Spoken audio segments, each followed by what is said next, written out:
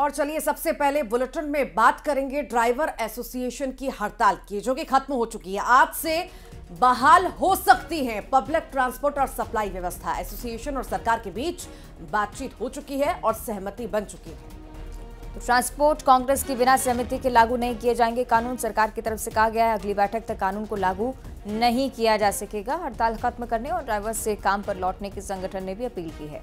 तो पूरे देश भर में अच्छा खासा असर इस हड़ताल का देखने को मिला।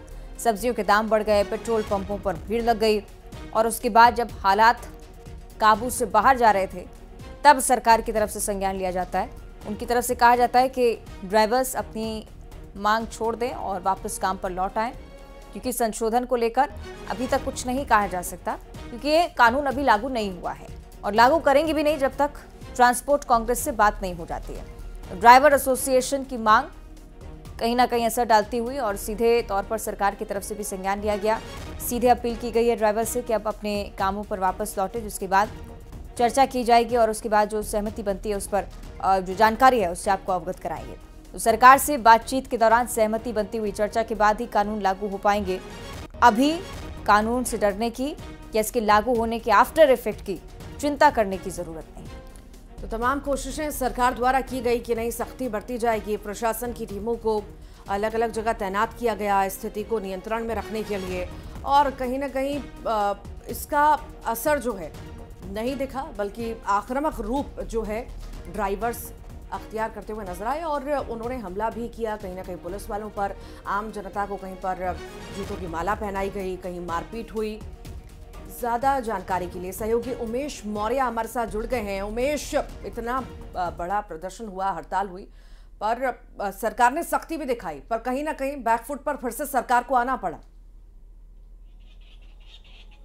बिल्कुल, देखिए जिस तरीके से जो हालात देश में निर्मित हो रहे थे इस हड़ताल के बाद से, तो कहीं ना कहीं सरकार को इस तरीके के फैसले लेने पड़ेंगे और उन्होंने लिया भी है। और ये माना जा रहा है कि केंद्र सरकार और ट्रांसपोर्टरों के बीच जो है एक सहमति बनी है, क्योंकि अभी ये जो कानून है ये लागू नहीं किया गया है। लागू करने की बात कही जा रही थी। इससे पहले ही जो ट्रांसपोर्टर्स हैं वो पूरे देश भर में इसको लेकर आंदोलन शुरू कर दिए, धरना प्रदर्शन शुरू कर दिए, जिससे 2 दिन में ही हालात जो है वो पूरी तरीके से देखा जा सकता है कि हड़कंप मच गया है। लोग अपने घरों से निकल रहे हैं तो पेट्रोल पंपों में पहुंच रहे हैं, वहां पर मारपीट जैसी घटनाएं, पुलिस के साथ अभद्र व्यवहार, लोगों से अभद्र व्यवहार, बसों पर पथराव किया जा रहा है। इस तरीके की जो हिंसक घटनाएं जो निकलकर सामने आ रही है, कहीं ना कहीं उसको ध्यान में रखते हुए केंद्र सरकार ने एक निर्णय लिया है कि पहले ट्रांसपोर्टरों से सहमति ली जाएगी, उनसे पूरे इस कानून के बारे में बात की जाएगी। जो धाराएं हैं, जो उस पर जो शुल्क लगाया जा रहा है, जो उसमें जुर्माना लगाया जा रहा है, उसकी राशि को लेकर बात की जाएगी।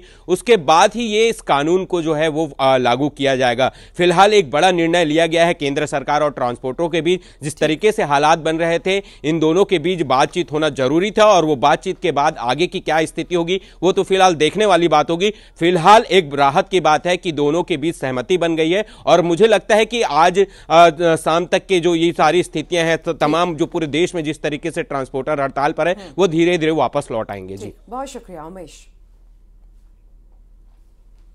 और छत्तीसगढ़ में कैबिनेट के विस्तार के बाद मंत्री के विभागों को लेकर बात ही तो बंटवारा भी हो चुका है। अब बारी सभी विभागों के मंत्रियों के साथ कैबिनेट बैठक की है, जो आज होने जा रही है। और इस बैठक में कई महत्वपूर्ण मुद्दे होंगे जिन पर चर्चा हो सकती है। तो वहीं कई अहम मुद्दों पर फैसले भी लिए जाने की उम्मीद जताई जा रही है। बताया जा रहा है कि विष्णुदेव साय सरकार आज होने वाली कैबिनेट की बैठक में कई अहम मामलों की जांच सीबीआई से करवाने पर फैसला ले सकते हैं। पिछली बघेल सरकार की कई योजनाओं पर मौजूदा साय सरकार अहम निर्णय ले सकती है, जिसमें पीएम आवास और महतारी वंदन योजना पर निर्णय संभव है। इस बैठक में 25 जनवरी से 25 मार्च तक प्रदेशवासियों को अयोध्या तीर्थ दर्शन के लिए ले जाने पर फैसला भी लिया जा सकता है। राजम कुंभ और अयोध्या रामलला के दर्शन सहित कई और महत्वपूर्ण मुद्दे होंगे जिन पर इस बैठक में चर्चा हो सकती है।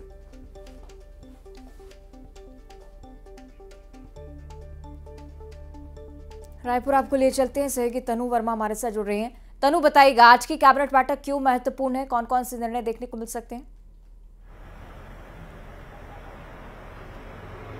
जी बिल्कुल, देखिए सीएम साय सरकार की तीसरी कैबिनेट बैठक आज होगी और दोपहर 3 बजे मंत्रालय में ये बैठक होनी है, जिसमें 3100 रुपए में धान खरीदी की अनुमति दी जा सकती है। इसके साथ ही प्रदेश के 60 लाख विवाहित महिलाओं के लिए मासिक 1000 रुपए के लिए महतारी वंदन योजना, सीजीपीएससी गड़बड़ी में सीबीआई जांच का प्रस्ताव जो है केंद्र सरकार को भेजे जाने पर भी निर्णय लिया जा सकता है। इसके साथ ही पीएम आवास योजना के साथ में धान खरीदी की समय सीमा बढ़ाने पर भी चर्चा की जा सकती है। और इसके अतिरिक्त रामलला के दर्शन के साथ ही राजिम में हर साल होने वाले पुन्नी मेला को अब राजिम कुंभ मेला का नाम जो है दिया जा सकता है। इस पर भी आज की इस कैबिनेट में चर्चा की जा सकती है, क्योंकि साय सरकार जो है राजिम पुन्नी मेला को राजिम कुंभ मेला के नाम देने की तैयारी में है और हो सकता है कि आज इस पर भी चर्चा हो और ये चर्चा में ये नाम भी जो है वो राजिम पुन्नी मेला का राजिम कुंभ मेला भी जो है वो हो जाए। इसके साथ ही और कई अहम मुद्दे हैं जिस पर भी आज की इस कैबिनेट बैठक में चर्चा हो सकती है। सीएम ये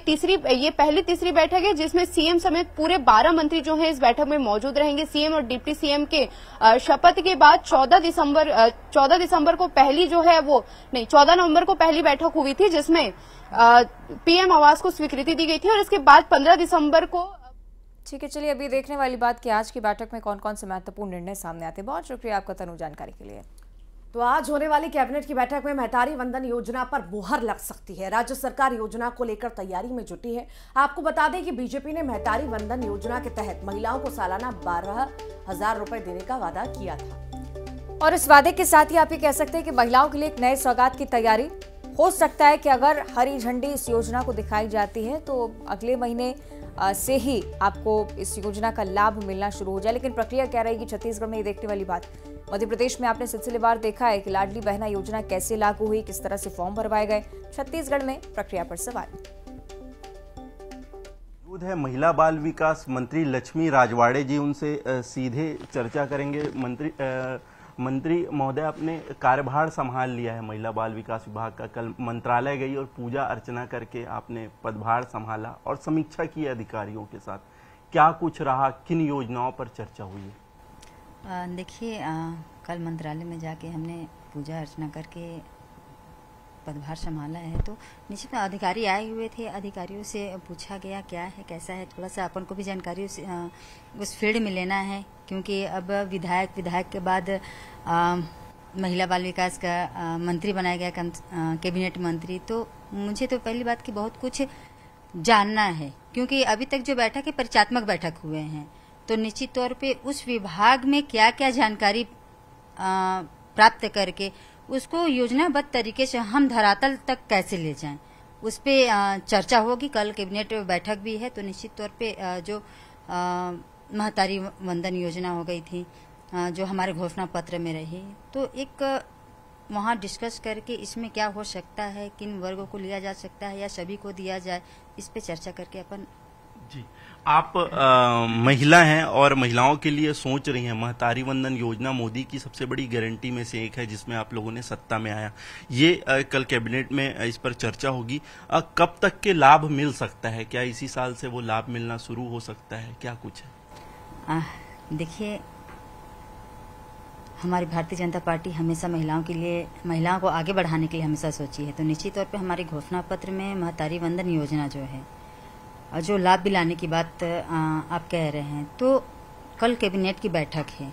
कल इसमें विस्तृत चर्चा होगी कि इसी माह से स्टार्ट होगा कि फिर मार्च से स्टार्ट होगा या कि फरवरी से स्टार्ट होगा, मतलब जो भी है कल के बैठक में फाइनल हो पाएगा। ये थे लक्ष्मी राजवाड़े जी, जिन्होंने विभिन्न मुद्दों पे बात की। फोकस है महिलाओं के विकास पे, एनीमिया को किस तरीके से दूर करना है, बच्चों में कुपोषण की जो कुपोषण है उसको कैसे दूर किया जाना है, इस पर प्रयास किया जा रहा है। कैमरामैन राजेंद्र सिंह के साथ आकाश शुक्ला, न्यूज़ 18 रायपुर।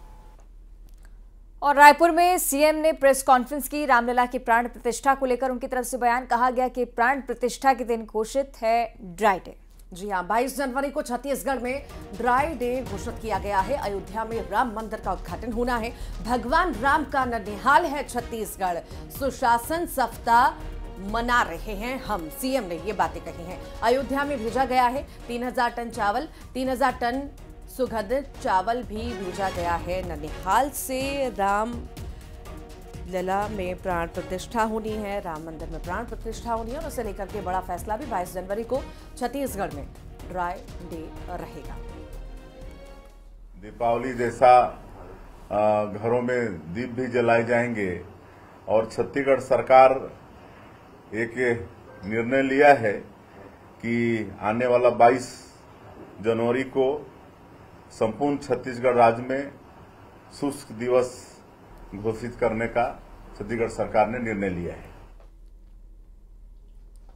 और रायपुर में मंत्रियों को बंगला अलॉट हो चुका है। विधानसभा अध्यक्ष को बंगला अलॉट हुआ है। बता दें, रमन सिंह को A1 बंगला अलॉट किया गया और विधानसभा अध्यक्ष रमन सिंह को अलॉट होने के साथ ही अरुण साव को भी D8 बंगला अलॉट किया गया। साव को सिविल लाइन स्थित D8 बंगला दिया गया। विजय शर्मा को C3, सभी मंत्रियों को अलॉट किए जा चुके हैं बंगले। किरण सिंहदेव को भी बंगला मिला है। सिविल लाइन में बंगला उन्हें मिला है। बीजेपी प्रदेश अध्यक्ष को बंगला अलॉट किया गया। छत्तीसगढ़ में सत्ता परिवर्तन हो चुका है। नवा रायपुर में नया सीएम हाउस और मंत्री के बंगले बनकर तैयार भी हो चुके हैं और सीएम हाउस पूरी तरह से हाईटेक है। सीसीटीवी से लेकर सुरक्षा के तमाम मापदंडों का ख्याल रखकर 60 करोड़ से अधिक की लागत से बनकर तैयार है। मुख्यमंत्री और मंत्री कभी भी अपने नए आवास में जा सकते हैं। राजधानी रायपुर में मुख्यमंत्री आवास पूरी तरह से बनकर तैयार है और आप देख सकते हैं कि यहाँ पर पूरी तरह से जो काम चल रहा था, जो वर्क चल रहा था, वो कंप्लीट हो चुका है। कभी भी हैंडओवर लिया जा सकता है और बड़ी बात यही है कि यहाँ पर मुख्यमंत्री जब भी चाहें यहाँ पर आ सकते हैं। और आप देख सकते हैं, मैं अपने सहयोगी मनीष गीते से कहूँगा कि दिखाए, यहाँ पर जन दर्शन और जन चौपाल के लिए अलग से हाल की व्यवस्था है वो की गई है और पूरा सुसज्जित तरीके से सीएम हाउस बनाया जा चुका है। और इसके अलावा मंत्रियों के बंगले हैं वो भी व्यवस्थित रूप से बनाए जा चुके हैं। मतलब यही है, सरकार बदल चुकी है और अब जब भी चाहे मंत्री नया रायपुर के बंगले पर शिफ्ट हो सकते हैं। साथ ही साथ मुख्यमंत्री भी यहां पर शिफ्ट हो सकते हैं। कैमरा पर्सन मनीष गीते के साथ युगल तिवारी, न्यूज़ 18 रायपुर, छत्तीसगढ़। और अब जिक्र करेंगे धमतरी जिले का, जहां फर्जी अफसर गिरफ्तार हुए हैं। उगाही मामले को लेकर मुख्य आरोपी की गिरफ्तारी यहां से। तो लंबे वक्त से कहीं ना कहीं इसकी तलाश थी। मुख्य आरोपी कैलाश कुमार साहू गिरफ्तार हो चुका है। राष्ट्रीय अपराध जांच ब्यूरो यानी NCIB का अधिकारी बताकर उसने उगाही की थी। होटल संचालक को धमका रहा था। 15,000 की उगाही उससे की थी। पहले भी 4 आरोपी इस मामले में गिरफ्तार हो चुके हैं और अब मुख्य आरोपी की गिरफ्तारी हो चुकी है। फर्जी केस में फर्जी अफसर गिरफ्तार हुआ। और अब बात मौसम की। प्रदेश में सर्दी से राहत मिल सकती है। मौसम विभाग के मुताबिक रात को अब सर्दी कहीं ना कहीं घटती हुई नजर आएगी। तो कल से 3 दिनों तक तापमान बढ़े रहने के संकेत। 1-2 स्थानों पर हल्की बारिश के आसार जरूर हैं। रायपुर आसपास के इलाके ऐसे जहां कोहरा भी रहेगा, उसके बाद मौसम साफ हो जाएगा।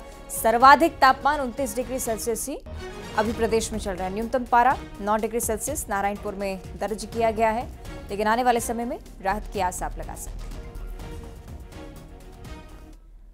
और कोरोना का भी जिक्र करना जरूरी, क्योंकि छत्तीसगढ़ में तेजी से कोरोना का प्रभाव देखने को मिल रहा है। एक्टिव केसेस की संख्या अब 100 से ज्यादा हो चुकी है।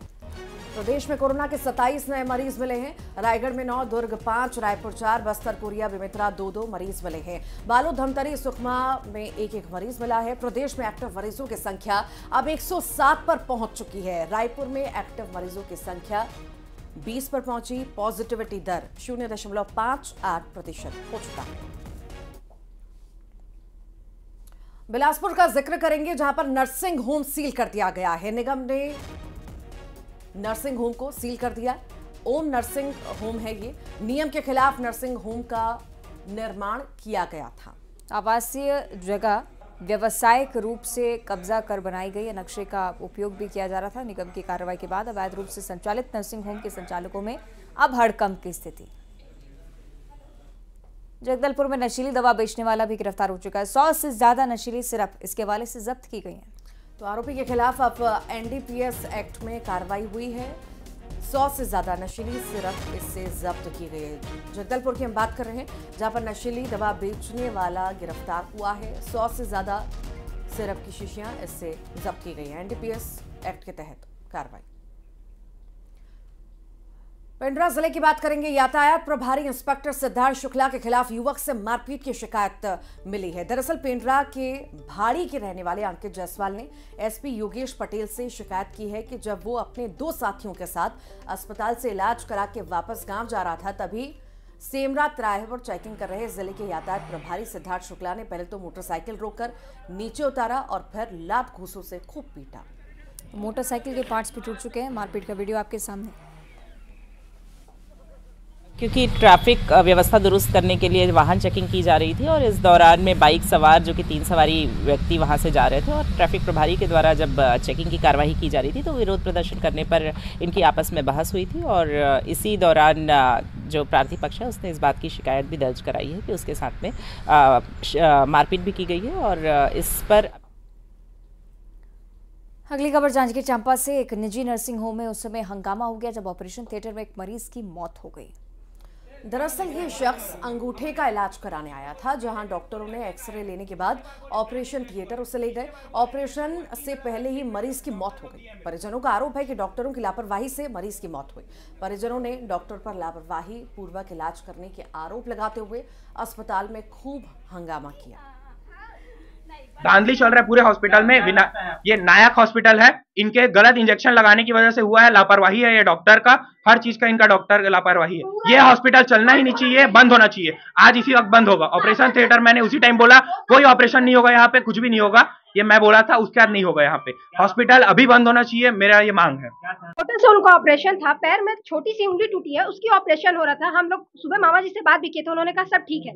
यहाँ जैसे कि मेरे भाई ने बताया सब सही चल रहा था। मेरे शासन से मांग है इस प्रकार की धांधली वाले हॉस्पिटल को बंद किया जाए। मैं मुख्यमंत्री जी से रिक्वेस्ट करती हूँ, हाथ जोड़ के मेरा निवेदन। और अब बात धमतरी की, जहां ग्राम विकास समिति ने सहजन का पेड़ न काटने पर कई परिवारों का हुक्का पानी बंद करने का फरमान सुनाया है। तो धमतरी जिले के भोतीपार गांव का मामला। गांव के दबंगों ने फरमान सुनाया। गांव में दर्जन भर परिवारों ने अपने घर के सामने खाली जगह पर मुनगा यानी कि सहजन के पेड़ लगा रखे हैं, लेकिन गांव की ग्राम विकसित समिति को ये पेड़ पसंद नहीं है।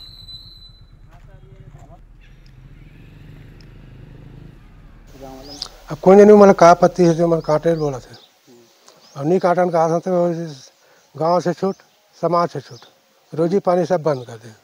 मुनगा पेड़ से आसपास में बिजली ताल जाते या कुछ दिक्कत होते? कोई दिक्कत नहीं होती, तार वार कुछ नहीं है। आज कलेक्ट्रेट में एप्लीकेशन लेके जो पीड़ित पक्षकार लोग आए थे, एप्लीकेशन दिए हुए हैं और उसको हम जांच करके कार्रवाई करने के लिए हम संबंधित थानेदार को भेजेंगे। उचित रूप से कार्रवाई होगी और उसमें शिकायत में बताया गया है कि उनके घर में मुनगा का पेड़ है और मुनगा पेड़ को काटने के लिए बोल रहे हैं। अगर नहीं काटेंगे, आप नहीं काटेंगे मुनगा का पेड़ को, तो हम आपको समाज से बहिष्कृत कर रहे हैं। तो ये जांच।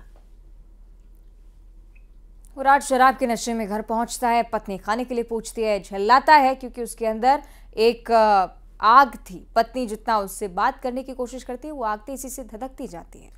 पत्नी से विवाद करता है, लेकिन वो ऐसा क्यों कर रहा था, आखिर क्या चल रहा था उसके दिमाग में, आइए देखते हैं। ये पति नहीं दरिंदा है, कैरेक्टर पर शक, पत्नी को उतारा मौत के घाट, बच्चों का घोंटा गला, फिर की खुदकुशी की कोशिश, नहीं मरा तो पहुंच गया थाने।